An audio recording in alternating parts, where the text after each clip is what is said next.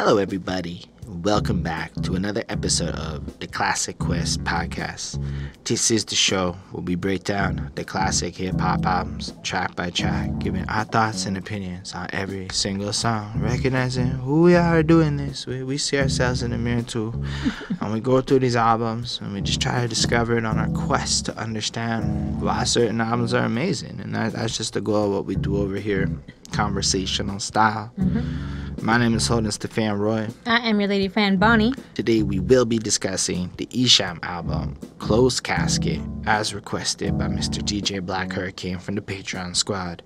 So we do care a whole lot about your comments because at the end of the day, y'all have kind of joined this journey with us, and those of you that do make the effort to comment and to, leave your thoughts based on anything that we say kind of thing, you can course correct us for the future, and we can just tell us what your favorite parts of the album were, your experience with it. Some of the coolest ones are just hearing like the anecdotes of different fans throughout the eras that have encountered this music. So we encourage everyone to leave a comment, and if you make that effort, we'll totally answer you. And on that note, we totally like to read our favorite comment off of last week's video. Yep. And what video did we do last week? Last week we did Helter Skelter Nocturnal, which was a really cool album. And on that, you'll see a comment popping up from Mr. Justin Collins, and it's a little twofer. So on the one hand, on the YouTube channel, he said this album was a classic straight raw hip-hop top 10 that came out in 96. And I thought the idea of just, top 10 for a year it's a fascinating idea. And I was curious what your favorite year of hip-hop was, people out there watching this. And in general, what your top 10s are in that year. Like, why is that the best year? Yep. But then you'll notice a little Facebook comment over there as well, because the dude also watches on Facebook where we post these reviews. And said, R.I.P. Sean P. Classic shit. Rest in peace, Mr. Sean Price. But if you want to follow us over on Facebook and hit that like button over there too, show some love. That would be nice of you. You could do that as well. Yep. We also have a Twitter. It's got 40 followers, I think. It's not very popular, but you'll know when the album reviews go live for those. Well, actually, if you do follow us on those platforms, you actually will probably get a better idea of when stuff goes live than you will on YouTube. As I understand, the algorithm hates people who don't post every day. And sometimes we don't post every day. It's just kind of sometimes it's not simple. Anyway, before we jump into it today, understanding we appreciate all of y'all. Special thanks to the patrons: Ismail Gadansi, Chris Prado, Jonathan Barnes, Linda Williams, Connie Sparks, and the man of the hour, the man who requested this very album review, DJ Black Hurricane. In case you didn't notice already, because he's the one that requested the last Esham album as well. That's fair. I'm still convinced that most people do not remember those little details of life, so we should let them all know how amazing DJ Black Hurricane is with his music knowledge. Yep. He really is. He's a profound guy. Yep. Always leaves good, lengthy comments. That's the type that we like. Either way, he requested us to do the album, the Closed Casket album, saying that it was the second best Esham album. So I felt like I was supposed to curb my expectations a little bit, but it's also everyone is entitled to believe what they enjoy, what they like, Yep. Either way, this is the part of the show where we like to contextualize how familiar we are with each artist, because what we kind of see in the comments is that people who have been listening to some stuff for like 20, 30 years totally don't see it the same way as people who come in with, let's say, a fresh perspective. Like, there seems to be the perspectives you're supposed to have sometimes, and then there's the perspectives you have when you don't know the things that you're supposed to have. That's all I'm trying to say. Yeah.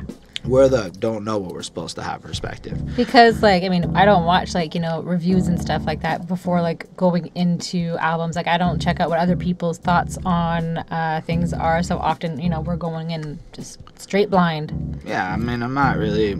I watch some stuff out there, don't get me wrong, but I don't like to watch other reviewers because... Yeah. Maybe it's maybe I should, in the sense of learn how to review better, but I feel like just listening to more music, you notice more things and you get smarter with it. Yep. And that for sure. I don't agree a lot with other guys, especially the really short 7-minute dudes. We don't really do the same thing, so it's hard for me to get the same thing out of it, kind of is where I'm coming from it. Anyway, this is the part of the show, like I said, though, where we do want to contextualize how much we've listened to the artist. So in my case, you know, we discovered Esham back when DJ Black Hurricane requested it, like, I don't know, 8 months ago maybe. Yeah, something like that. We did the Kill the Fetus album, which was really cool, really like surprising to me, just because like you know, honestly, I'd seen it on lists. I knew it was a seminal album to like horrorcore or whatever, but when I like listened to it, his flow was just on point. It was creative. There was just so much in that album to listen to that like really made it engaging. I still listen to Jackie all the time. Oh Jackie, Jackie, oh Jackie, Jackie. It's just a cool song. I appreciate the subject matter of that track in particular on that album. But like then we did the Natas. Do you believe in God? Do you believe in God? Yeah. So we did that album too. So that was cool. And I guess it inevitably only made sense to end up at the point where we are in fact discussing the next Esham album, which is Closed Casket, as we've discussed. Yeah. Which came out November 22nd, 1994. Outside of that, I can say that there are a few of the Esham songs that like I've listened to again and gone back to, but honestly, the way I listen to music lately, it's just constantly what I'm reviewing, plus maybe a bit of extra stuff. And didn't he have like a new song that just came out? He did. Oh, yeah, we're recording this the second time. I totally messed up, and now we had to re-record stuff, so now we're remembering stuff we already said. But I thought it was pretty cool that just in general, Esham dropped a track on September 13th called Operation, which has an alien on the cover right around the time when they were supposed to storm Area 51. Ooh. I see what you're doing, Esham. But I thought it was like cool because as much as like we do talk about a lot of these guys from this era, I mean, while some of them are still active to this day, like not a lot of them are active to the point of having released a track like a month ago when we're talking about them kind of active. Like I saw Esham perform live opening for the ICP guy, and that was really fun. Because they're both from like Detroit, right? Yeah, but what I remembered about Esham is just how like stage presence filled he was. Like he owned that crowd, had some goofiness to him. Like he was really fun. I also spent far too long reading up on Esham's beefs, because he apparently has a bit of an ego that gets in the way of him successfully doing business. And I don't know the truth of that. I know what the internet told me. And so when people think, why don't you Google that? Well, when you Google stuff, you read stuff, and then you don't know if that's true or not. So it's dangerous to Google things like, did Esham beef with ICP? Apparently the answer is yes. And when you read all the stories, it does not make Esham look really cool at the end of it. Not to say that he is not really cool. They all seem cool now. Like literally, they went on tour together, a couple, you know, in general.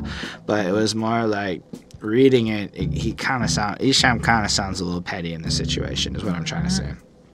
Anyway, I don't know a lot about that whole world, but I was kind of curious, like, what kept Esham from, like, popping in a way where a lot of his contemporaries seem to have done significantly better in terms of being known than Esham. Anyway, that was just my thoughts. I'd love to hear your opinions on Esham's career trajectory. And in general, when you look at the amount of albums he's dropped, it's like an insane catalog. So it's not like the guy hasn't put in the work, but... He's a busy bee. Anyway, what about you? Yeah, so I know him just based off of what we've done, what we've already covered, and Kill the Fetus and the Natas album, but I had never listened to him before. I've never listened to this album before, having reviewed it. But yeah, I mean, I like him. He's pretty cool, and he's pretty like grimy and underground, and I like his kind of the sound that he has. I think it's really good. You want to check out the cover? Yeah, there's a whole lot going on there, and I'm not really convinced I think it's a good album cover. First of all, the green... You have issues with the green on the side. I've got issues with the green on, like, in his name. It's, like, the ugliest green or whatever pattern it's supposed to be. It's more that, first of all, this album cover does not encourage you to actually look at it to figure out what's going on there.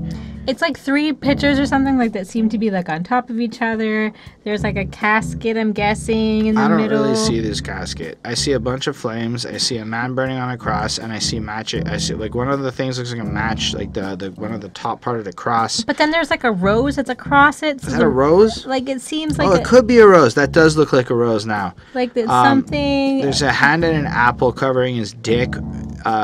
The man on the cross. I see the hand and the apple, but I don't see like. It's right the above body. that. There's a dude on a cross. I don't see it. And then it's all burning, and then yeah. Like half of it's black and half of it's like fire colored. So they chose to black out in the fire to go to the black font to say closed casket. Like this breaks a lot of good design rules. And then there's like a little symbol in like the bottom center part that has like 1973 to 1994. And since this album came out in 1994, like that makes sense that, you know, assumably he died or whatever at this time. And then there's like this like splat kind of like something you would see like, you know, comic book. Like sail or whatever. No, it's like I don't know. It's like in the Batman show when they would like throw boom, that pow, like kind of thing. Okay, yeah. So it's kind of got that, and it says like acid wrapped. But I feel like that should have been on the back, like, or somewhere else. Cause it definitely takes away from the impact of the other. Well, on the other hand, everything on this cover is pretty cheesy. Yeah, it's like, not the best. Kill the Fetus is the kind of cover you literally do not forget when you look at it. Yeah. This is the opposite of that. Because, like, nothing makes sense. Like, you're just seeing some fires. And so now that stuff. you've heard us really take a big shit all over this cover, and normally we don't do that. What do you guys think of the cover? Like, was it supposed to mean something? Do you guys like it? Does it encourage you to look at it? Because it totally is forgettable. You know what I remembered? It's the one with the green bars. That's the thing that stuck out at me. So when I was going through the album, the middle part was like, blah, boring. Esham, fine. And I like that he uses the same logo today. That's cool. Yeah, I like the same logo, but the color, ugly. Anyway, I don't have a lot more to comment on that. Oh, I like the title, Closed Casket. Because, I mean, when you think of, like, a closed casket, like, if it's supposed to be an open casket, then if it's a closed casket, then usually it's, like, a gruesome death or, you know, maybe... It's a little more barbaric. You something. Can't save it. Some crazy stuff happened. Like your face is mangled by a bear. That could be a closed casket funeral. Yep. Or some other tragic incident, like self-inflicted gunshot wounds to the face. Yeah. And it makes sense, like, once you get into the album, but, I mean... Anyway, so we should do that then. The first track, or the introduction, is a little ditty known as the Eulogy. Okay. So this takes like a Richard Pryor skit, and it chops it up a little bit. And when I say a little bit, I mean it cuts out some lines to make it flow better, I believe, to what he's going for. And then he really adds like an entire instrumental arrangement around it. And what really struck me as interesting about this track was more than just the track. It was, I mean, I think a lot about copyright law, to the point where I'm even probably going to make a video on copyright law. You'll notice that there's no song cuts in this video because, well, in the long run that might be a problem considering copyright law. And all that European stuff you may have heard the YouTubers freaking out about only comes into effect in 2021. So that's coming. It's not over. That whole stuff is you're gonna see the hammer start to fall next year is what I'm trying to say. So on that note, I'm not worried. I can cut out the copyright material in all my other podcasts, but like that's not the point. The point is that it's an interesting subject these days. So what we do and the way we use the copywritten content is technically legal under the condition of reviewing. That's cool. Other conditions are education. I don't think we count there, so we're out of that. There's parody. I certainly hope you don't think we're parody. I bet somebody's watching. It's like, yo, these guys are just straight parody. I'm like, no, we're not. We're sincere. And then the last part is transformative. And this is the thing that all the YouTubers think they're doing. And you can kind of argue that when you take a clip from a movie and put it into the middle of your thing to make a comedic little thing, that it's transformative. I'd say you're going to 50-50 win that in court. You really got to hope that you didn't take a funny scene and use it in a comedy moment, because that's actually not transformative. You have to change the core intention and emotion of the shit to make it transformative. That's like the legal part of it. Right. I'm saying I've watched like 80 YouTube lawyers and crap talk about this stuff, so you can go find me the one or two you've listened to, but trust me, there's a lot of copyright lawyers spitting a lot of nonsense, but at the end of the day, fair use is a legal defense. However, when I was considering what is transformative, I thought a lot about that during this song. So he takes something that's completely comedic and he adds an eerie juxtaposition where the funny words are being put over an ominous and creepy and dark beat, thus creating an ironic supposition, therefore transforming the original intention of a piece meant to make you laugh into something that better reflects the psychotic juxtaposition of the insanity of the words and the harsh realities of the whatever. Right. So that's transformative. It doesn't even sound like the original bit. There's so much done to it, because when you just, it's a laugh track when Richard Pryor's doing it live and whatnot. Yeah, because this is like a sample of the Grammy Award-winning comedic skit,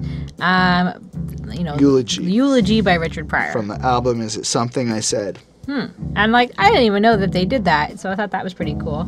I remember when, yeah, they But do. I feel like I've actually heard of like, you know who I'm thinking of.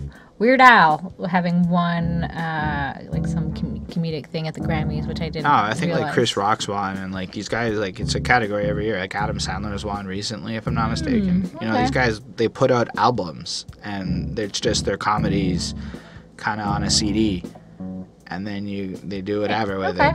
That's cool. It doesn't have to be like music. It's just there. It's how it would have been like distributed prior to like HBO specials. Right. Okay, cool. Yeah. Anyway, so I really like this. I thought it had like this strong thing. Lyrically, it's whatever. It's like a little funeral arrangement, and it's ironic because it's meant to be an honest eulogy where they talk about how shitty the person actually is, you know, and you know, life's a test or whatever. And we know this guy, he didn't pass it because this boy wasn't shit. He's gonna tell you right off, he's kicking his mama's ass, and they're gonna jack his jewels and shit. He's not getting buried with that. Yep. His woman's a hoe, and she's over there laying in the booth getting plowed, and it's weird that she's selling pussy at the funeral, but that's the type of people he rolled with. So you basically get this introduction to a world of degenerate nature. Yeah. And I was like, that's a pretty cool start to it, considering like, and another way of looking at it is this is like the end of the movie, and then the rest of the album is going to be like the 2 weeks earlier bit where like you go through the whole track of how you led up to this eulogy moment.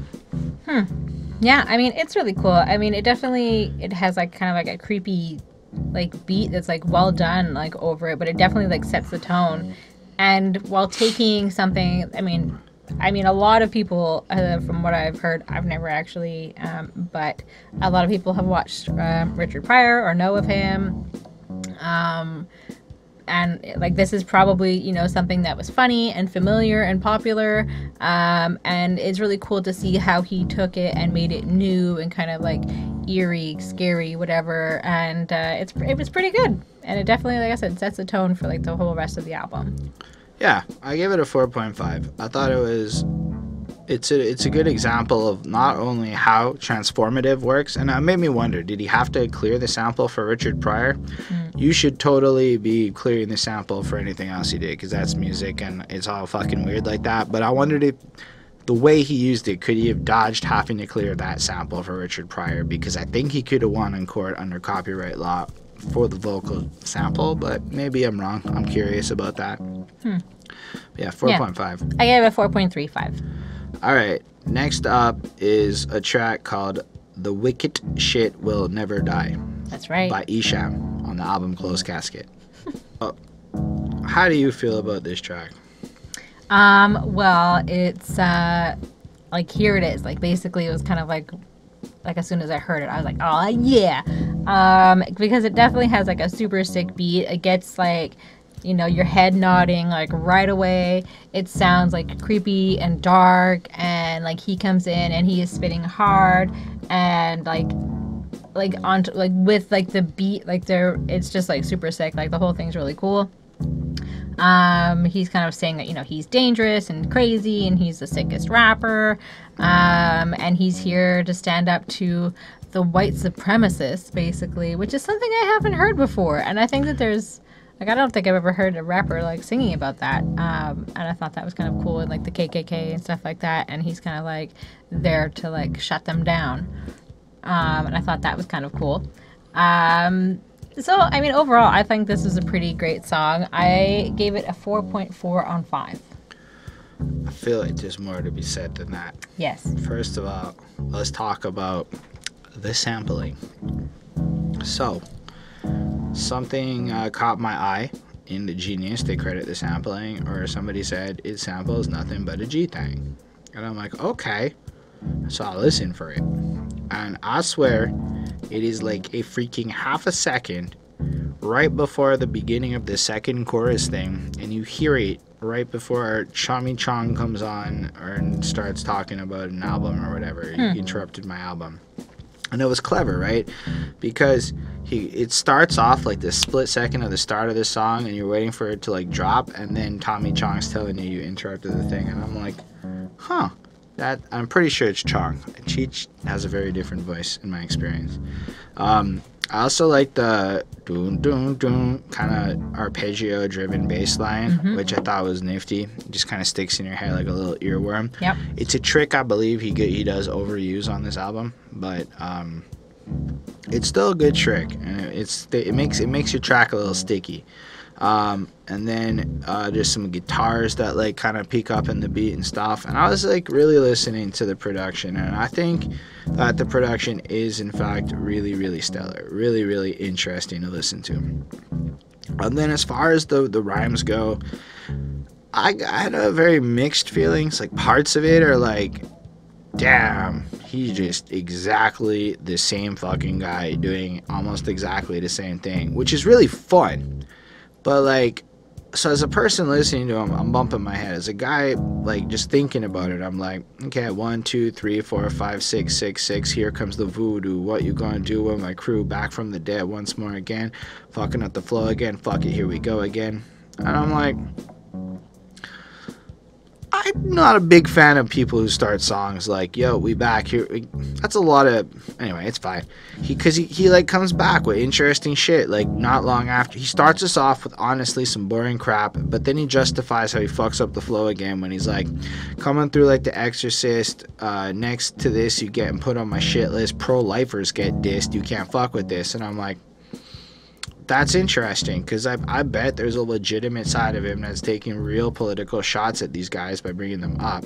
And they probably hated on him for his last album, which was about the opposite of what they represent. Right. And then I kind of liked when he goes, suicidalist, dangerous, mind's bust when I bust, kicking up dust now I must, in God you trust, if I add just, then I add just this, no justice, no peace. The way he did that just part there, that was tricky in a good way, man. And then the way he kind of flips up that he has all these feelings, but at the same time, their environment's kind of trash, you know? Yep. Belia, the beast got me feeling for a cracker. And I'm like, oh shit, is he talking about the fucked up hood situations making him want to crap a cracker? I get it. And then, I don't know, I thought it was pretty interesting. So, like, there are lines that I feel pop out at you, but I also don't know that the whole thing is empirically dope, if that makes sense. I don't know. But in general, I was feeling it, man. Like, got so many people on the devil's dick and shit. Stay up off my dick. My style's sick, but I'm so sick of this. Helter Skelter, bite my shit is so ridiculous. Now, we literally just reviewed Helter Skelter, so I was like, what? And apparently that's just his old album name. I'm like, that's cool. Okay. I know my shit's fatter than Luther Vandross. And I'm like, okay, fine. Psychic connection want to hit me with the Holy Ghost. I'm like, okay, whatever. Overdose, diagnosed, people in a comatose. I'm like, okay, that got better. Once I buck you, person, fuck you. I'm like, this is awesome and corny all at the same time. Like, this is Big Daddy Kane romance level of corny, good, bad. To me. I mean, okay. But in the realms of like goofy horror, like, I don't know. On the one hand, I feel the passion so very much from him. On the other hand, it's a little infantile in a fun, goofy way. Like, I don't feel threatened by him here in that kind. Like, I don't feel like he's scary. I actually am enjoying it more because it's kind of comedic to listen to for me. All right. But it's good in the sense that I actually really enjoy it. Visions of bloody bodies being blasted, thinking of excuses, voices in my head, mental abuses to lose my mind on the flat line, refuses to answer, you can bless shit till you question me and myself versus Smith and Wesson. And that's, like, again, it's interesting, right? Because he does take that point where it's like, I'm pushed to the edge, I'm gonna fucking put the gun on myself type thing. It's interesting. I don't know. And God I can't trust, it's true, so when I go to hell, better me and not you. I'm going to walk the bloody trail, and you can follow if you want, if you truly understand, but my man, I think you don't. And I thought that part was truly interesting, because I kind of actually do understand a little bit where his feelings are coming from, right? Mm-hmm. Like, not entirely, but enough to empathize. Like, there's a lot of moments in my life where I feel like shit's just fucked up, and you feel frustrated, and all you want to do is, like, honestly scream or whatever. So when I think about the environment he's in and how he got to this point, like, yo, I think a lot more people might actually feel like that fantasidal, suicidal kind of life. Yep. Not because you want to die, but because, man, you just get pushed to the brink where weird thoughts might go through your mind sometimes. Like, when you look at a clan, you're sick of all this bullshit. I'd rather be dead, but first I'd rather put a bullet in your head instead. They said that everything I said was a lie, but if you go and kill the fetus, you'll cry, and the wicked shit will never die. So I thought that was interesting because basically people thought he was propagating fake shit. I mean, it does take a little bit of a cipher to understand where he's coming from. I think, like, and if you're just like, giving like the overall listen and you're not like really like focusing on what he's saying, like, I think you would get two different impressions. Right, and what I meant by cipher was more like breaking a code. It's another use for the word cipher. And it was like, once you understood what he was doing with the album, how it's satire, how it's just a reflection and whatever, you would get it. But if you just try to kill the fetus in this regard, which is basically like apply a prohibition to his subject matter, you'll come to realize that the Barbra Streisand effect is extremely real, because that's kind of the impact of it, and he's right. You can't kill it. And I bet controversy is the reason we all know about it today. If we really go into it, I bet because he dealt with controversy. Because, I mean, on the wiki page it says this was an album where he said it was the last time he was going to fuck with devil shit because people really believed he was really believing all this stuff, which is, in hindsight, like, man, people are dumb, but I can imagine how this was. Well, I mean, he also talks about the fact that he stopped believing in God and, like, all of that kind of stuff, which, I mean, we'll get into, like, throughout the album, but... Yeah, I mean, even in this case, though, I'm never going to get into heaven. Like, it's just lines like that where I could see how middle-class America might be a little bit afraid of that shit. Because middle-class America is sometimes a little bit of a skirty cat out there. Not just middle-class. Upper-class people don't give a fuck. No, I think they all think that they can just buy their way into heaven. Fuck. Anyway, 4.4 on 5 for me. Yep. Well, unfortunately, my homie got shot. So this one starts with a sample about something along the lines of you can't really relate if you have a good life. And then there's a little sample at the end about not having to kill to feel good. And that was my takeaway from that. Yeah. And then in between, sandwich between these two little samples, a little ditty called My Homie Got Shot. And Bonnie, what do you think of it? Well, so anyways, I agree with there are interesting quotes at the beginning and the end. He wakes up and he sees that there is blood on his shirt, and then he remembers, oh yeah, my friend got shot and killed last night. And I feel like you probably wouldn't be wearing the shirt, you wouldn't be sleeping in it, and you wouldn't have forgotten the fact that your friend was dead, but I'll forgive him, because it keeps the story going.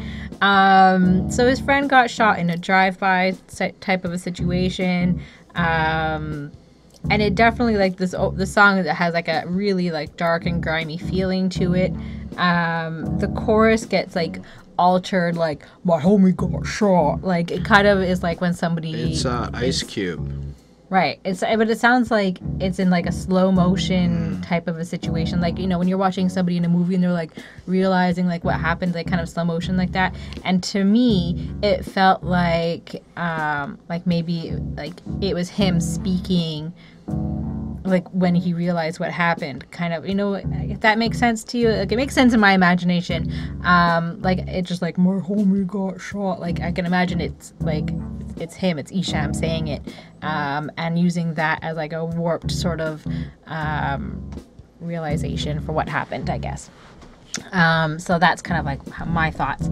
And I liked the clip at the end with the woman speaking and saying that, you know, like, you know, he should be praying and you should go to therapy so you don't kill again. And so it's almost like they're blaming him for it. Like I don't really know like what happened exactly, but it sounds like, you know, obviously it was a drive-by, and it just a crazy story. I mean, obviously if this actually happened, and it is pretty damn good, this one. Like he raps it great.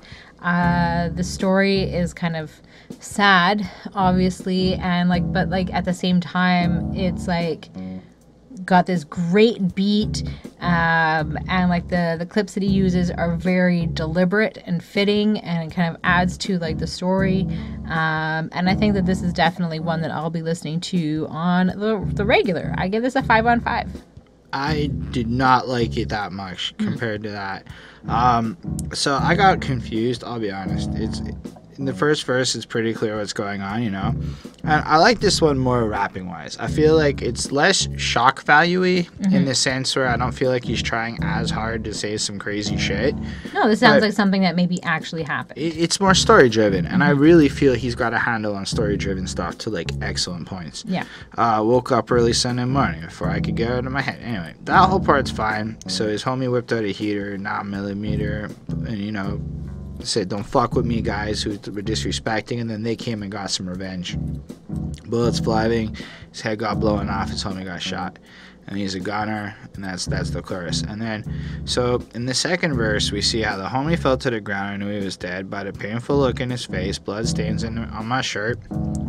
God damn, my person hurt, because his brain is all over the place, so I'm cold thinking about getting back, and he's creeping up on revenge. And then they left me by my lonely, took a piece of me. Well, I got to creep up on him, but to put one in him. Before I could do all that, a person caught my ass slipping at point blank range. 45 put him in my back.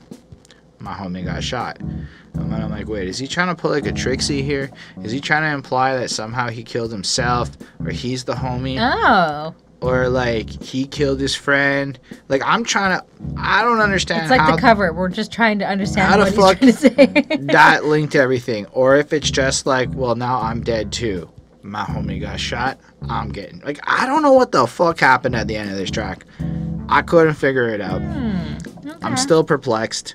And maybe that impacted my ability to see it like a 5.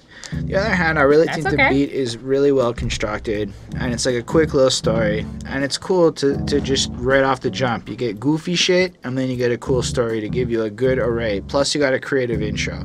That's a good palette to get you started on this project. Yep. I gave this a 4.3 on 5. All right. Well. Next up, there's Mental Stress. There sure is. I know there's like more notes in the bass line, but I feel like the bass line of this song is playing on the same trick of Wicketshit Will Never Die. I mean, it's not just 3 notes, it's doom, doom, doom, doom, doom, doom. But the way it does it, I feel like it's trying to hook me in the same way the other track tried to hook me. That's what I meant by a trick he used multiple times, just to give an example. How do you feel about this track? Well, I feel, well, this one starts with like another clip from another woman, and like when you're listening to it, like, you know, song after song on the album, it kind of flows well from like the last song into this one. It's like a woman was talking at the end of that one, and the woman is talking at the end, but it's a different woman, but it sounds like maybe they're having a conversation. It's like an interview with somebody who did bad. Yeah. And she's saying, like, you know, he should never see the light of day again. And then a man apologizing. He goes, I have apologized publicly for the mental stress I have caused those people. I feel bad about it. And then it starts. Yeah, and I was trying to find out who this was, like, because obviously I think it was somebody relevant. And this got me, like, all kinds of pages about, like, how to say your story. So anyways, that was what I got from it. And I was wondering, like, was this, like a murderer? Was this, like, somebody that did something? Like, was it, like, I was listening, I'm like, is it Oprah that was talking? Like, I have no idea who it was. I don't think it's Oprah. But I thought, you know, it sounded like something that she would say. Yeah, I didn't know who, I'm like, was this, I don't know who it was. If you guys know, let me know. But anyways, so then it warps into the song, and he has a lot of mental stress, and it's kind of what he's going through, and he wants to die, he wants to cry. And the lyrics are, like, a little basic in terms of, like, vocabulary, but it still sounds sick, and, like, it definitely gets his message across. And he was obviously dealing with some personal mental stress issues at the time, and probably since his friend just got shot, that we've just found out. I'm not surprised, honestly, like, you know. And I think that this is definitely, like, a clear, like, at this point, like, you know, you're kind of aware that there's sort of a story or an overarching, there is something that's moving the album through it. Like, there's certain things that make sense in the order that they're put on this album. I mean, like, just in general, how many people have we listened to on an album who can legitimately describe, I'm not saying that we've talked to in life or whatever, but yeah, just in rappers we've covered, how many of them can basically say, my homie got shot and it fucked me up? Like, a lot of them can. Yep. And, like, that's what he's saying here. You know, he's kind of going through it, and, like, he's saying that he needs help going through this mental, you know, the mental issues and the way that he's feeling inside, and how he's hurting, and how he, you know, how he's suffering. And, you know, he says that he feels like he should be locked away and forgotten. So, I mean, this is definitely like that kind of symbolized, like, being in a depression, you know, being put away and forgotten about. Like, you just want to be left alone and isolated. So while it sounds very creepy and grimy and scary, it's actually, like, quite raw and sad, and essentially a cry for help. If you listen, like, if you just listen to it without listening to the lyrics, you would just be like, oh, just another grimy song, which is, you know, what most people, not most people, some people do. But when you listen to, like, what he's actually saying, like, you basically want to just, like, give him a hug and just be like, it's gonna be okay. So it was very emotional, but at the same time, it's still, like, a super cool sounding song. So it's very well played. I gave it a 4.75 on 5. Yeah, I definitely agree that there's a bit of an overarching theme. I think he's trying to, like, walk you through in general on this album the state of how you end up in that state of mind, just like what it feels like. So in this case, like, you have, like, in a situation where the wicked shit will never die could embody just how evil people are in the hood. Not to say people are evil, I'm not in the hood, I recognize that, but the evil activities that get seen in the hood, right? So whether or not people are good or bad is not the point. People might commit certain actions that other people might, you know, not be so comfortable living around. And then, so my homie got shot, kind of drives it home. Then you got this mental stress that's, like, stacking on here, right? And when you look around, he just got been to hell and back. And that's a fact. I get a flashback. One day I'm a snack. My mind is gone. To each his own. I wish the whole world would leave me alone. And it just sounds like he's going fucking nuts, and he just can't deal with it. Like, he'll be walking down the street and just not be okay in a second, you know? And it makes you wonder how widespread it is, because especially in our alpha male driven society where dudes can't ask for help or admit they're weak or anything on, you just got to imagine how many people is he actually speaking for here, as opposed to maybe the other way around where people might think it looks weak or whatever. But nah, it's just, I bet a lot of people feel that way. I want to die. I do not want to die. I'm on the far side and it's passing me by. And then the song Passing Me By Far Side starts playing in my head. Which I think is I want to cry. the point. I do not want to cry. And I'm just like, Yeah, I get that. I know what that feels like. All of that, like, juxtaposition of, like, you know, you don't want to die, but you also aren't sure that life in its current trajectory makes any sense anymore. You want to cry, there's no point, you know. I have to tell myself, me, myself, and I, and who am I don't understand. You know, just all this shit, like, the confusion. And I think, like, almost no matter what walk of life you're in right now, these types of anxieties are real feelings that are pretty prominent. Yep. I kind of like when he's like, just how it be, nobody really gives a fuck about me, and you see that I ain't got no hope, somebody help me cope with this mental stress. And it's like, imagine if you were just like allowed to ask for help like that and people would give it to you. You know, it's not really a thing. Therapy's quite expensive, as I hear. And then, you know, I kick the wicked shit till I can't no more. I black out so much I can't think no more. Till I die, wonder will I die? How you plead the homicide without an alibi? No lie, I can't wait till I die. And I just kind of like that because he's flowing in again with that questioning stuff. He's like, I'm taking my life to the limit. I'm pushing this wicked shit. It helps me exist. And then I black out. It's almost like he's trying to escape his pain. So he's living life to the limit. It's almost like it's his own way to try to kill himself. Yeah. Like he kind of wants to, just because of how it's all been flowing and the misery the environment is in, you know. In sight, Twilight Zone's my home. I put the chrome to my dome when I'm all alone. By my lonely, I'm going to join my dead homie. The guy who passed away in the other song, so I guess is what it is. And no, I can't cope with my mental stress, and it just kind of flows. And then there's this outro where it sounds like this old white dude is describing black people like they're just a bunch of fucking savages. And it sounds like he saw that on the news, and it's like the way old white people may see black people is, the way a lot of white people may see black people is not that different than what is being described in that newscaster. So I feel like on top of everything else, it's just adding these layers of what contributes to his stress or what contributes to his worldview, and I thought it was just really powerful. Yeah. So I give it a 4.35. It's simple, it's to the point, and I kind of like it because unlike that first one, I felt like this had no corniness. Like we've really gotten into it, and it's pretty interesting. Yep. And honestly, as far as like diverse subject matters goes, I think he really proves that he can keep it alive, this concept, with the next one, because you can't take it with you. True.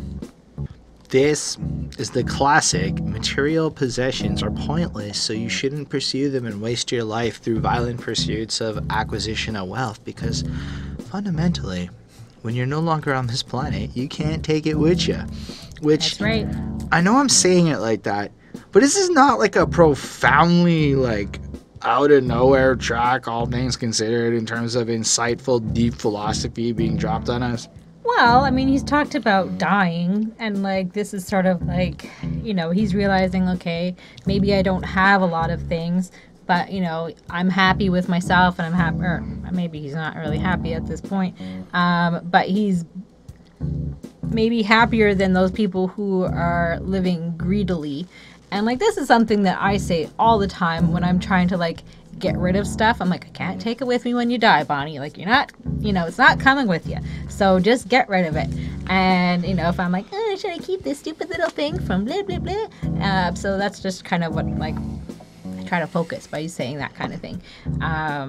But yeah, this is definitely, he's definitely has issues with, like, the sellouts and, like, those who are just in it for the money, and that, you know, what they're doing just doesn't mean anything, and that, you know, he's gonna keep doing what he does, and be true to himself and be true to the game and, you know, everything else in terms of, like, making his music, and he's not gonna be like a sellout, and maybe that's why we don't know his name. But it's unfortunately. I don't know. Not that we don't know his name, but not that he's not as big as, like, Ice Cube or something. Not that I'm saying that he's a sellout, but I'm just saying. I mean, I looked at it like this wasn't so much. I mean, there is a bit of a musical pursuit to it, but I think it was like more bigger than that, right? Okay. So like first verse, okay, most people like monies, cars, pussy holes, pockets on swole, rolls, trues, vogues. You sell your souls, the story is told just to hold on a bitch looking like in vogue. Yeah, it's true. People still do that to this day. Yep. So you slang him. gang bang 'em, nuts hang 'em, and bitches want the money, but tricks you can't blame 'em. Got ducats, motherfuck it, so you stuck it. And then I'm like, okay, so what I'm hearing here is it's not necessarily music, but look at you slang 'em, gang bang 'em. That's like drug dealing. I think he's commenting on people who are drug dealing in the hood and contributing to this hellish environment that he lives in just to get money so you can fuck some women and shit. Okay. Right? Because that's what I took from. So you sell I just thought it was like the rich rappers or whatever, like that they're just going to get shot. Definitely think that's part of it, but I think because I see that in especially with you either flavor it or you chuck it. That's a fucking interesting line, right? Because Flavor Flav. Have you guys seen the video of Flavor Flav where the thing of crack falls out on MTV Raps and just like falls out of his pocket on live TV? On the other hand, Chuck is literally like the opposite end of that spectrum, I would say, and like the social leader, has his shit together. And then if you really go like way down the line, Flavor Flav's got some whack ass reality TV show, Chuck D's and Prophets of Rage. Like they're in different places of their career. I mean, technically, I'm pretty sure the group's still together. I believe we've actually covered one of their projects in 2017. I can't remember I can't remember the name of it. It's killing me. What is it? I'm trying to think. The group of fucking Chuck D and Flavor Flav, who I should know that I can think of the album. It Takes a Nation to Hold Us Back. Yo Bum Rush to Show. Public Enemy. Got it. Before Bonnie finished Googling. Woo. Yeah, redeem myself. Got a big old... Anyway, his house that sits on a hill, getting high till you die, because that's the way you feel. But on the real, I don't give a fuck what you got, because it don't mean shit if your ass gets shot. So I think he's pointing out, like, you can do whatever. You can get as rich as you want. You can get as fucked up as you want. But at the end of the day, when people plot with the Glock, and Glocks go pop, piggity, pop, pop, pop, you can't stop if they're coming to get you. Oh, no, yeah, you can't take it with you. So when you create this gun violence, and you create this situation where people's coming at each other, and you get all this wealth, and then you just fucking die, like, what's the point? Then we go to the second verse. Make it a house, a woman, and maybe a baby, but if you don't go crazy first and tell me what's worse, being broke or a hearse. Money is a black man's curse, but still we gotta have dollar bills, because if we can't see it, then the shit ain't real. So, you got this whole situation where you might get all these things, but it's a bit of a curse, Being broke is better than being dead. And in this case, though, you don't see that because you feel they need that money. Where I live, crackhead heaven 24/7. No hope for the city adult, but ain't no heaven. God don't like my hood, because my hood is hell, and it ain't no good. Got money to the ceiling. Oh, what a feeling. And that's where it's like looking at I look at it like he's saying, this is the environment that gets created by your way of making money. OG dealing, cops get peeled, next hoes want sex for some checks, pussies getting wrecked, dick shoved through their neck, no respect, you get no respect, so we hit ya. Snap your love with a picture, ho, you can't take it with ya. And then in her case, it's at a point where it's like, yo, so you're fucking him for his money, and he doesn't respect you, so he beats you. I'm not saying that's appropriate. I'm saying Esham ain't fucking around, and he's laying it down how he sees it. Yep. And he's again reinforcing the idea of like, listen, like all this may make you seem like you're like the king shit or whatever, but you're not taking that girl, and you're not taking your gun, and you're not taking that dick with you, and you're not taking your money with you when you're dead. You're just dead, and that's it. It points out ultimately that you can't take any of that shit with you. So when you finally end up in the body bag and you sold your soul to the devil, then what? Oh no, really no more bitches in television. You get a trip to the morgue for your final circumcision. What the fuck? You don't even know what, because they even took your dick and your nuts. You can't take that with you. They chopped your dick off. They emasculated you in fucking death. Yep. Anyway, sonically, I was like, I like this one a little bit less than the other one, so I give it a 4.25. Conceptually, I think it might be one of the best ones we've covered so far. Yeah. I mean, it is a pretty cool song. At the end, there's also like kind of like a little sample of like a James Brown song. I believe it's the Get Up Off of That Thing song, which I think is cool. And yeah, I mean, it's just, that's not what he does, like in terms of like the life and the, like that lifestyle and whatever. And he's kind of criticizing and saying like, you're not helping our community, you're making things worse, you're reinforcing like a lot of bad shit, and you're only hurting yourself and all the people that are around you. So I thought this was like very impressive. This is another one that's kind of more like what he's saying is more important, but like it's still like a pretty cool beat. And I feel like his opinion is very clear. So I give this a 4.75 on 5. All right. The one thing I can tell you about our show is we don't sound like we've been brainwashed by the mainstream shit that you're supposed to believe. Brainwashed.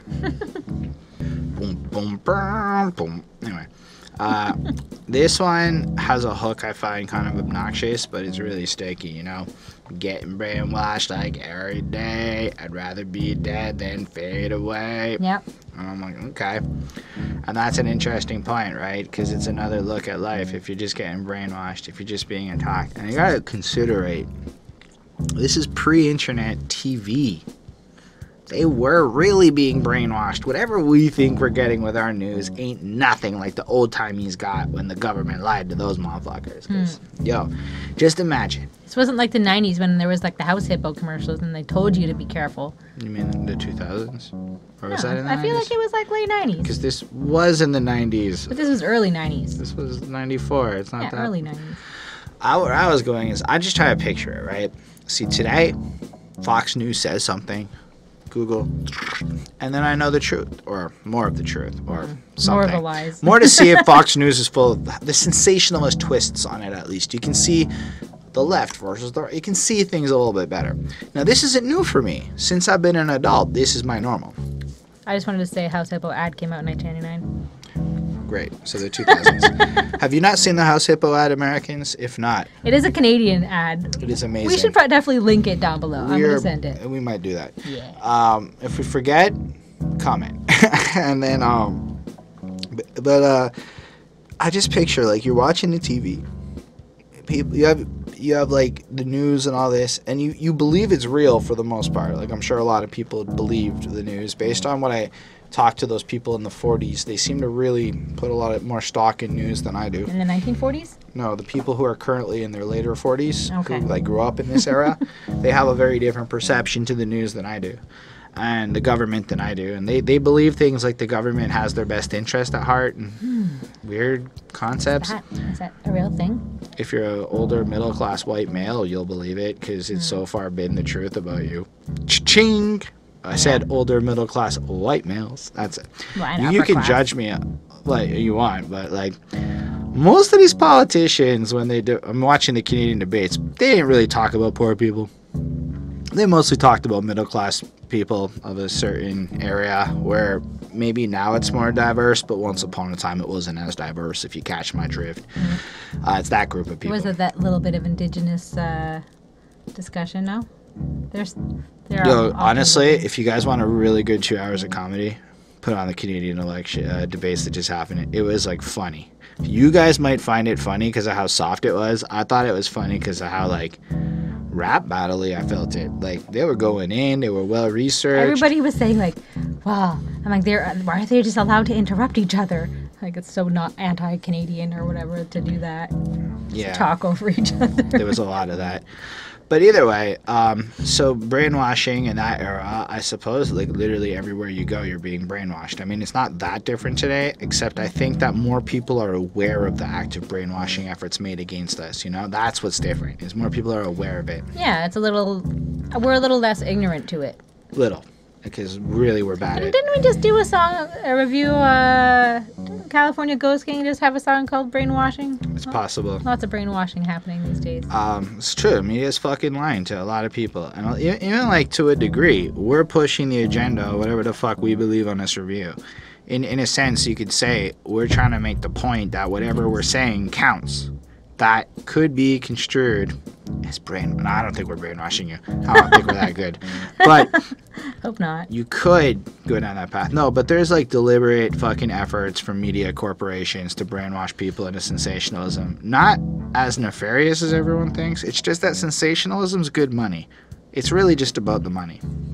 Less about the politics, actually, from the news point of view. Oh shit, we talk good about Trump, we get paid? Oh shit, we shit on Trump, we get paid?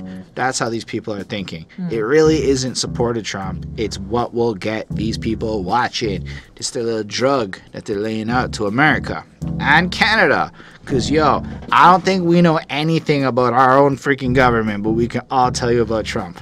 Yeah, that's true. Not even my guy. Doesn't matter. His actions barely impact me, except for a trade deal that one time. Or that time we went to... we were beefing over milk. Anyway, what do you think of this track? I feel like I've heard him say the every day from his last album. It sounds, he's saying 2 words, but it sounds exactly the same way as he said it before. But I do find that it's like super catchy. He basically can't sleep because he's thinking about, and this, folks, is pretty much the catalyst for the rest of the album.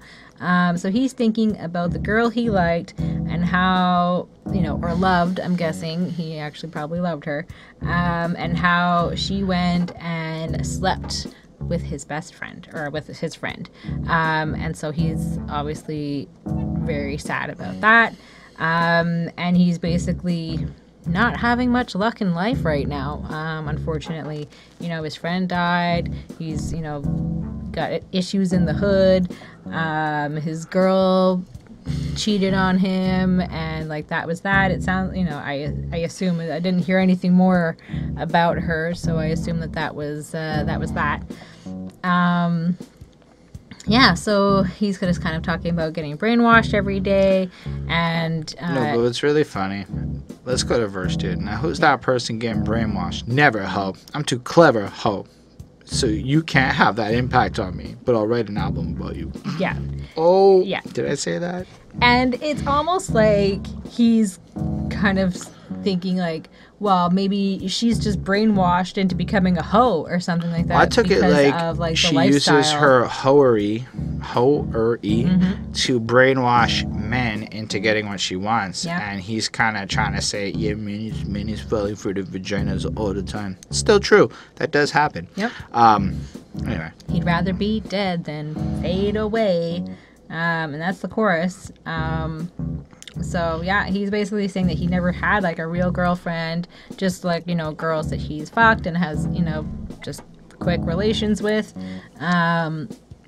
And he compares himself to Kurt Cobain, which is very relevant because that he killed himself in 1994. So that this is obviously, and he killed himself over a girl.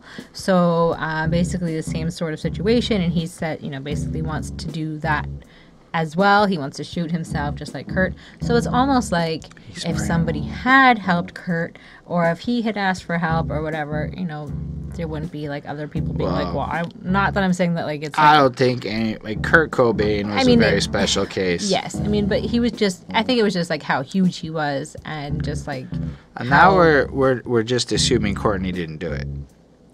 What? Yeah, we're going with the facts of 1994. And facts of 1994. Okay. Yes. So yeah, it's quite sad, and like he's seeing like, oh, like, well, if he can do it, I can do it, like kind of situation almost like. So that's pretty sad. He's obviously very depressed, but he's expressing true sentiments, and I think he's basically just like lonely and upset and depressed. Honestly, I totally get it. When you heartbroken and you brainwashed by a girl, you will totally feel like you want to kill yourself because you can't live without her. Yeah. And I genuinely relate to that feeling. Yeah. I've written my fair share of emo-ass poetry like this. Not even gonna lie. I think that this is not something that is completely uncommon. This is something that I think this is happens. Also extremely emo. Yes. In like the mid-2000s pop punk kind of way. Yeah, and so this is, overall, it definitely feels like that. The beat is really cool though, and it sounds very Esham-y again, very like grimy rock, kind of creepy, like that whole kind of like vibe that he gives off. So I give this a 4.5 on 5. I think it's but let's just imagine for a second. Okay. We went, let's walk the flat lines once the hammer clicks. You really add that emo edge. If it sticks, then I got a 666. Until death do us part, I'll be sick. 'cause I'm getting brainwashed. Like, see, it totally works. It totally works. No, I know I don't. It makes me want to turn it off more. I'm just saying. To me, I picture like the Used or one of these bands with these words, and it totally I never absolutely works. I did listen to those guys. Now I know I'm mocking because it's funny to me. See, I was just like all the hoes in this one, and you can be like the guys. Maybe, yeah, I was definitely. I was listening to Britney Spears and stuff, so. That's fair. But I mean, like, I like and appreciate the cleverness of the track because it does also contribute to, like, the emotional state of, like, stacking into this album. It's a new subject matter being brought on, and it's a cool, like, take on emotional manipulation and how people play it up. And also beginning to touch on how certain women may not be what he respects. All things considered, I give this a 4.35 on 5 because, like, it really keeps touching on real truth, and that's what's truly impressive about this album. Corny, serious, good, bad aside, every song seems to tap into, like, primal emotions that could bring a man to feel like, or a woman, that life is not as interesting as it should be.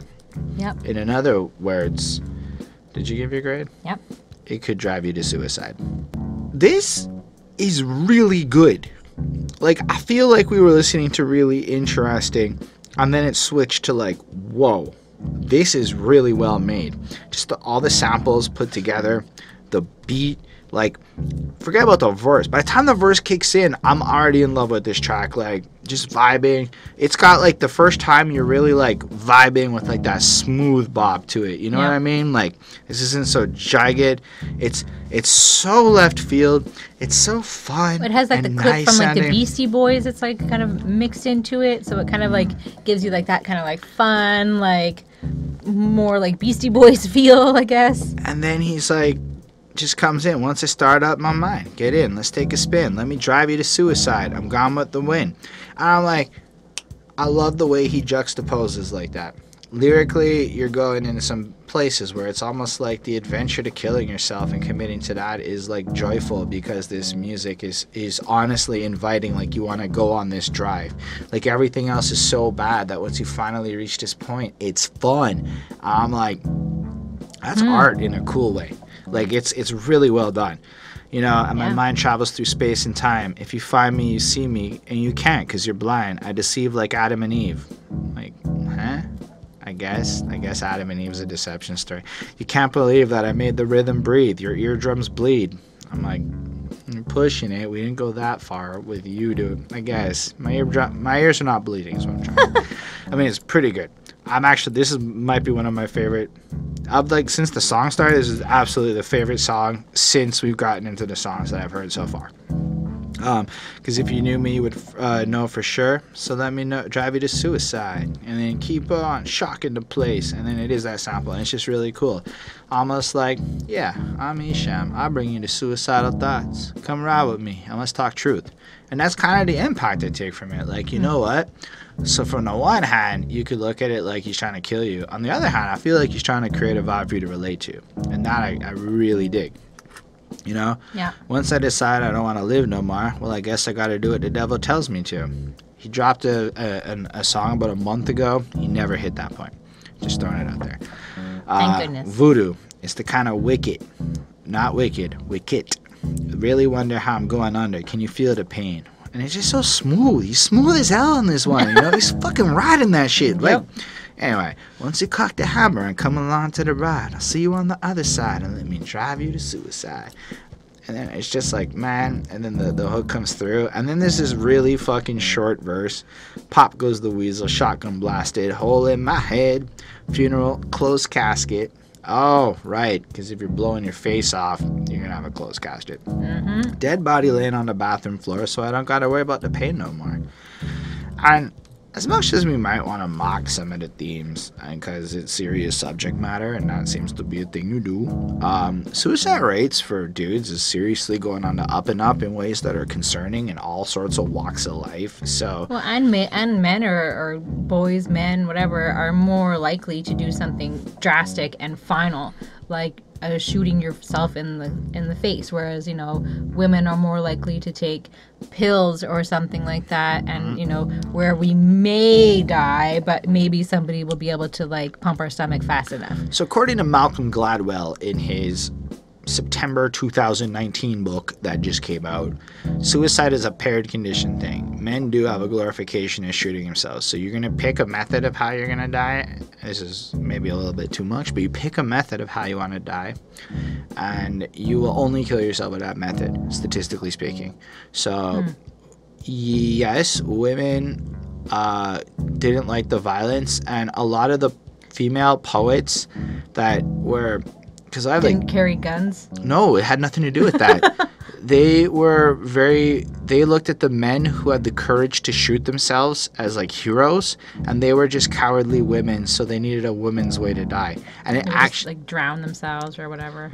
The popular choice was methane poisoning, and that's why cars currently don't spit enough methane gas to kill people. Yeah. So they basically, whatever. Currently, this is going to be a crazy one for the U.S. population. Handguns are the convenient choice of death about many people. What? Just imagine if there were some regulations in place that made it harder for people who might be a little off. Yeah, there's always the black market. To get, doesn't matter, you deter it. I guess. So you walk into Walmart and pay $150, $200. Yeah. Ding, ding. I think they stopped selling them, so thank goodness for that. But my whole point is, literally Malcolm Gladwell's point was, imagine if we controlled guns. We'd control fucking, you know, like, and the thing is there, maybe it wasn't him. It was one of these books I read recently that was talking about it. I think it was him. There was one of the books I was reading recently had, they were talking about how in like particular Native communities where suicide was like an epidemic that was happening, like the young kids were just killing themselves. They were all hanging themselves. And often outside, like in front of the house, like kind of situations, like just blatantly out in the open for everybody to see. And I'm like, that's awful. Poor guys. Anyway, all that to say, it's really serious shit, and I think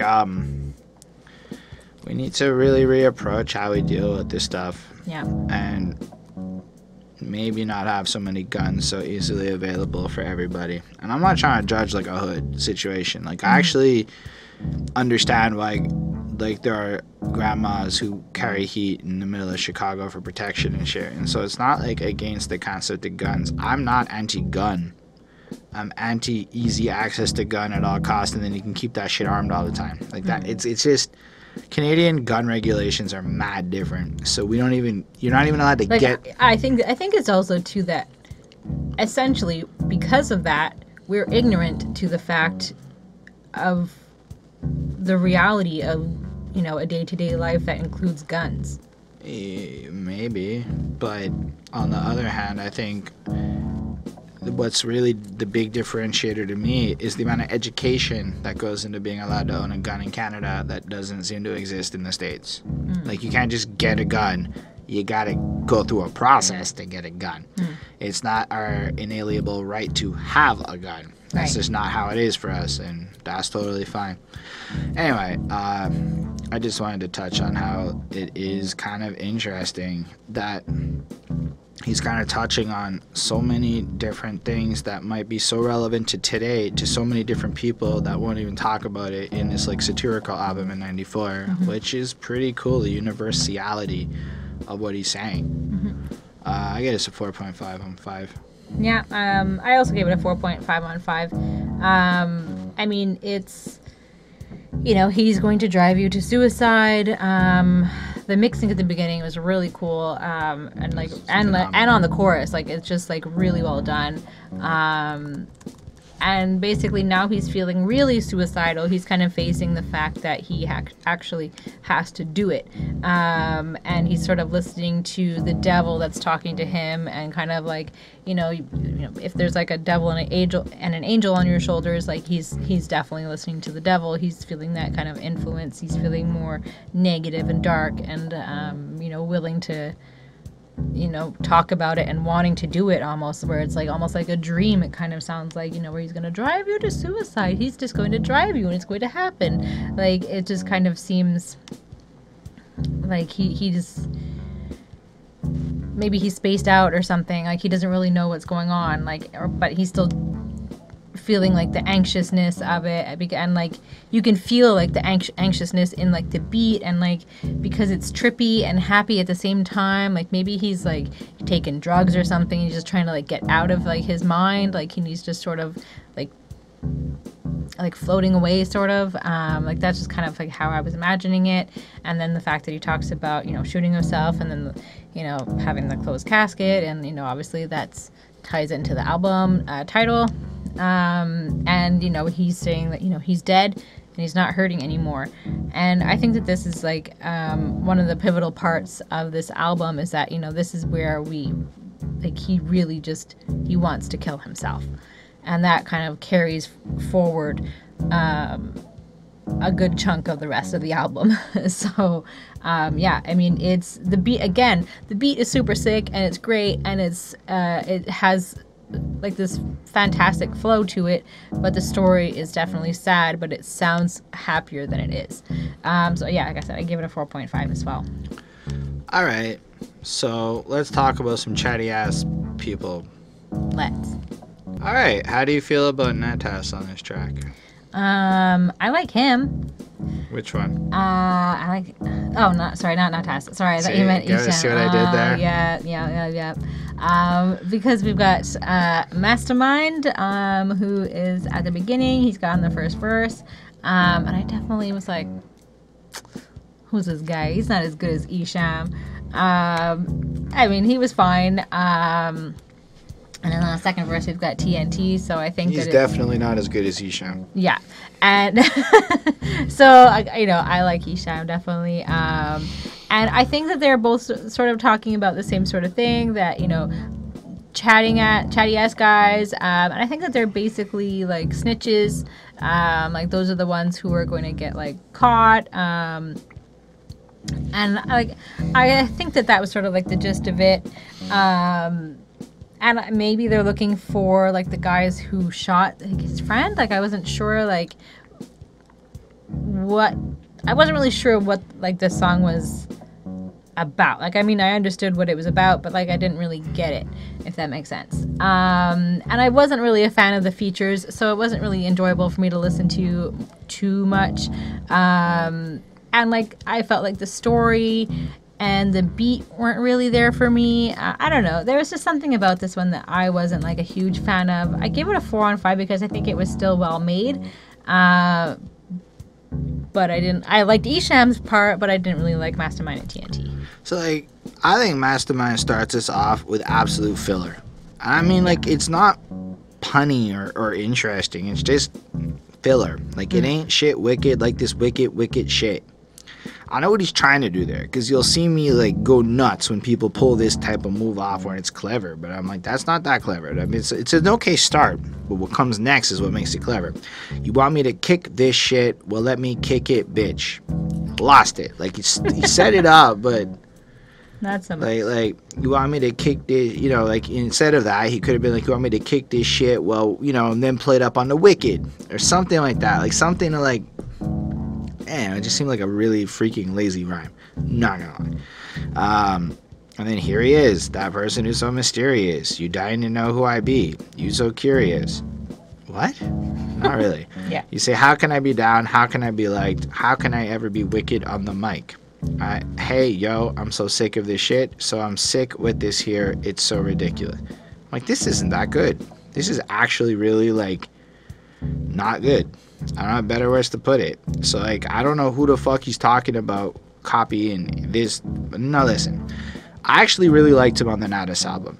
I think Mastamind is pretty freaking talented. I think this verse sounds like filler. I see so many motherfuckers fake and duplicate and trying to be like Natas Satan, Natas Satan. Okay. Yeah. You can bite the style for a while but still feel chatty. Yo, I ain't happy, so don't come at me. I'm like, that's a weak verse, all things considered. Like, it's not, like, memorable. And I know I went through a lot of it, but, like, do you guys think that's hype? Because I'm like, that's kind of not hype. And then TNT's like, Chatty, call me Mac Daddy. When I'm rolling through your fucking hood, the bitches know it's all good. And I'm like, that's not, you know what's, call you Mac Daddy for rolling through, down for the dirt, putting in work, lifting up skirts, bitches get hurt. It's that person TNT. I'm like, that doesn't sound very nice. That's not like, that doesn't sound Mac Daddy like to me. It just sounds like you're a bit of a rapist. Which is fine, I guess, if you're trying to play a horror character, but it doesn't actually make him sound that good to me. But not in like a cool, shocking way, because it sounds like he's actually trying to be cool here. Not like they're trying to be like, this to me sounds like they're trying to be like, yo, how you fucking gonna talk shit about us? We coming back. Only saying some not great shit.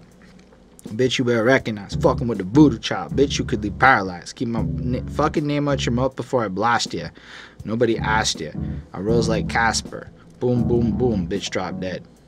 I'm like, okay. Some slugs in his head for some shit he just said. I've established that now TNT's gonna come kill me because I talk shit about him in this review. So, oh well, I guess I'm done. Then Esham comes in and I'm like, can we save this track? Use a chatty bitch. Call me pimp daddy bitch. Never loved a hoe. And had he switched, then you'll know who's on my dick. I'm like, wait, what? What does that mean? Who switched? Him as in Esham? And then he goes, who's on my dick? And I'm like, I guess people are dick riding. That's like a term. Yeah. Anyway, I don't know. Stay off my dick though. I'm like, what the fuck is this track? This is lyrically one of the not best experiences on it. Sonically, I didn't actually notice how corny this was till we were really going through it. Like, I listened to it and I gave it a 4.25 for real, because like I was like, this is on the lower end of what I've heard, but it's still pretty decent. But gosh darn it, is this some of the worst rhymes on the album in my opinion. Otherwise I really enjoy it, kind of, because like I really was paying a lot more attention on, I'm not gonna lie, to the production, which I think sounds stellar, and the overall sound is nice. It's got a vibe to it I can ride. But gosh, is this just filler verses? Yep. I don't know if you have more. No. All right, let's move on to how we're gonna catch a slug from a 45 from TNT over there. Boom, boom, boom, drop dead. Oy. Even like this one, it feels like the mixing is better. Like the last one, the voices weren't as, like, nobody tried as hard on the last track. Yeah. This one, it's like we're back at it. Esham's trying again. How do you feel about this track? So they're talking about that there were some gunshots maybe going off by the mansion. So I think he's kind of talking about the same sort of thing that he's touched on before, like with like the rich people in their mansions, you know, they're gonna come and get you. And I think also this relates to the previous song, because if you're chatting about all of like the nice things that you've got, or maybe that you're selling drugs, or that you have a lot of money, or that you've got whatever like up in your mansion, or things that you've been involved in, or whatever else, it's gonna get your ass killed. It's gonna get your ass killed. So don't do it. And so it's sort of more of like the same in that sense. He's crazy, and you know, he caught a slug by from a 45. Well, that's a, you know, I'm guessing that's a gun of whatever. I know that that's a gun. I'm not guessing. And that's how he died. And he ends up with a hole in your head, in your motherfucking head. Got a hole in your head, in your mouth. And so he's sampled like a Cypress Hill a couple of times on here, so I think that that's kind of cool. And this one definitely sounds a little bit more like kind of like a hard rock song, like a little bit, like it's a little bit different of a feeling, and I think that it made me think of knowing what I know about Kid Rock and how Esham influenced Kid Rock. I can definitely see that based off of this song. So it's kind of mixing like the rap and the rock a little bit together, and like it kind of started, I think, what Kid Rock continued on with. Not that I haven't really listened to, obviously, you know, Esham's newer stuff, so maybe he evolved into something similar. I don't know. I'll find out one day. I feel like Esham got modern in his beats. Maybe. So yeah, so now he's dead, and he's sort of like on the other side of death, and kind of, you know, he's played the game of death and he's won. But I think in terms of, I don't think that he's won, like he's come out on top. I think that he's dead. So it's interesting, and I think that that's it's kind of a cool song. So I give it a 4.25 on 5. I feel like the whole way through this song, you don't know if he got shot or he shot himself. Yeah. It's not made clear. It's kind of like both happen. But the point is... But it says that he caught a slug from a 45. So I'm guessing that he died, but you just don't know if he caught it from himself or if he caught it from someone else. I kind of looked at it like he got shot and he's on like the verge, you know, a little bit. Like, now I got to take a dive. I'm suicidal. I'm trying not to stay alive. So you got shot, but to me it's almost like, oh, you know, voices in my head keep telling me they want to kill me. So it's like, you're not sure if, like, I mean, this is with the whole context of the song, but like, it sounds like he got shot at first, but he wanted it. Like, he was trying to get shot, and but then it's almost like he's paranoid. Like he's causing shit or something. And feels like everyone's trying to get him. And bullets from this gun keep telling me they want to feel me. And that's where you're like, wait a second. So from the gun you're holding, they want it, or from their guns, it's not clear. And I'm sicker that I should be, so I kick it kind of critical, psycho like a madman in a hospital, but you want to put him in me, do it quick, then put me in the ground with my balls and my dick. See, he gets to keep his dick in when he dies. The other one was castrated. Right. But what I take from that, it's like he got shot, and then by the end of the verse, it kind of sounds more like he did it to himself or he wanted it to happen, you know? In the second verse, you know, we see that the cause of his death was from a 45, but he tried to squeeze the trigger and there's no more bullets left. So then it's almost like, was he shooting back and he ran out of bullets and that was the problem? Or was he trying to kill himself but there were no bullets at this point? A hole in my head, a fucking hole in my head, you know, whatever. Right. So it's, to me, it sounds more like fantasy. And then when bullets fly, should I put the barrel in my mouth and close my eyes? And then a man never cries when he dies. And I was like, I don't know why, but that line really struck me. A man never cries when he dies. Like, it's almost like stoicism is a heroic point, to the point where it's almost better to kill yourself and not cry than to give in to the tears, you know? Yeah. I caught a slug and got drugged. My grave got dug. I heard chug-a-lug when my head squirted blood. And I was like, that's fascinating. I guess that's kind of what it would sound like. My body beaten bad, etc. And so, you know, it plays the game of death. He finally won it. He never fronted, but I'm fronting for the fact I failed. Dead man, don't say goodbye. Guess I'll see your ass in hell. I don't know. To me, it sounds like he's flirting with the idea of death. He isn't actually dead. It's just more of a fantasy of, like, he's sitting there playing with the gun, picturing what it would be like if he was going to die. That's what I took from that one. I liked it. I thought it was pretty cool, and I gave it a 4.35. And I guess then we can move on to a very short song on this project. Yep. Was it something I said? Was it something I said? Was it? This sounds amazing. It seems like his really short ones are like fucking potent and amazing, and some of the longer ones maybe are a little like whatever, but this was phenomenal. The beat is great, and it's really like to the point lyrically, because it's like less than a minute. But you know, it was something I said that made me your idol. See, I'd rather be dead. That's why I'm suicidal. Wait, what did he say? That's an interesting level of self-reflection. So I mean, you know what fucks me up lately, just as a person? What? People who are like telling me they think I'm a really good person, or people who try to, and you guys might. I just hate being called a good person. But I don't feel that way. I guess.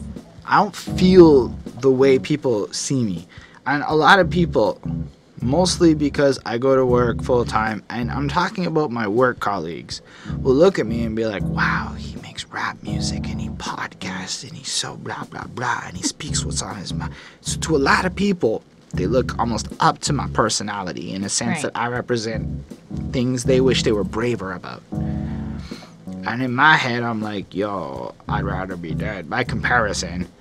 And it's like I kind of relate to what he's saying. Like, yo, you look up to me, but I feel like this piece of shit over here, and I don't even understand it. And I was like, maybe I'm going too deep, but I'm like, that's a strong start. Why are you looking up to me? My head keeps spinning like every day, and it's best to burn out than fade away. See, I am what I am, and that's all that I am, but when I'm not high, a poor excuse for a man. I'm like, damn, he's really hitting on some harsh feelings that I think a lot of us self-deprecators really go through. I ain't drinking no 40, thinking time with the 9. Can't you understand I'm the trigger man? The dramas in life so highly diluted, in time you'll find wicked rhymes executed. And that's an interesting point too. So it's like with all the stress and pressures, at the very least I can get to this point of rhyming. You know, from dawn to dusk you might hear me bust deep, peep the wicked shit or your skull crush, Exodus Alpha Omega come again. This part's not as fun for me. All the hate you create is coming from within. I like that part, it ties it in. Amen, another sin. That works because Alpha, Omega, Exodus, those are all Bible terms. Not connected Bible terms, may I make it clear. Alpha and Omega is a Revelations thing. Exodus is book 2 of the Pentateuch. When it's done and said, I'm done and dead. Flatline. And I'm like, so he's saying, I don't get why you look up to me. I fucking hate my life. Pop. Flatline. And it's cool the way it ends because of how it goes on the next song. But like, I was like, this is strong. This is to the point. And I kind of, again, like how he almost breaks the fourth wall a bit to, like, comment at people. Like, yo, do you not see how fucked up I am? Oh, was it that made y'all like me? Was it something I said? I don't get it. Huh. Interesting. Okay. So I gave it a 4.5. Cool.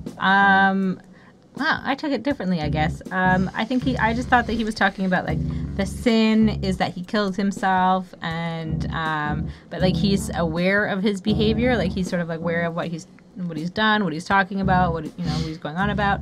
But I felt this was like a weaker track. Like I'm sorry, I didn't really like it, I guess. It was only 49 seconds, so I mean, it's okay if I think that it's like a weaker one. So I gave it a 3.75. That's rude. I'm sorry. That's what I'm saying. Maybe if I had a flat line. Nah, I know that we should go into the next song now, but we're at the halfway point, and it's getting a little late. Seeing our neighbors are gonna fucking kill us, so we're gonna call this end of part 1. We'll get to part 2 as soon as we possibly can get you to part 2. Thank y'all for watching so far. Definitely let us know if it was something we said that made you click on that video and watch. Get it? Anyway. Let us know what you do think in the comments. I look forward to reading those and make the effort to answer anything you put in there. Feel free to subscribe to the channel for part 2 and other reviews. Make sure you watch it so you get the final tally of all our grades. That's true. Sometimes I feel like you know see the love come to the part 2s, but it's actually pretty cool. I've noticed the part 2 thing has actually worked better than only having the part 1s up in the giant ass videos. Maybe. We'll see. Let us know what you think. Then special thanks to the patrons is Melga Dempsey, Chris Prado, Jonathan Barnes, Coney Sparks, Linda Williams, and DJ Black Hurricane, the man of the hour who requested this very album.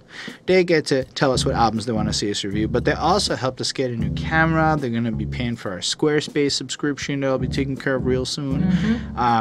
You're going to help us get to the next level a little bit more. We got some plans that we're going to drop and make 2020 a little bit of a stronger year for us.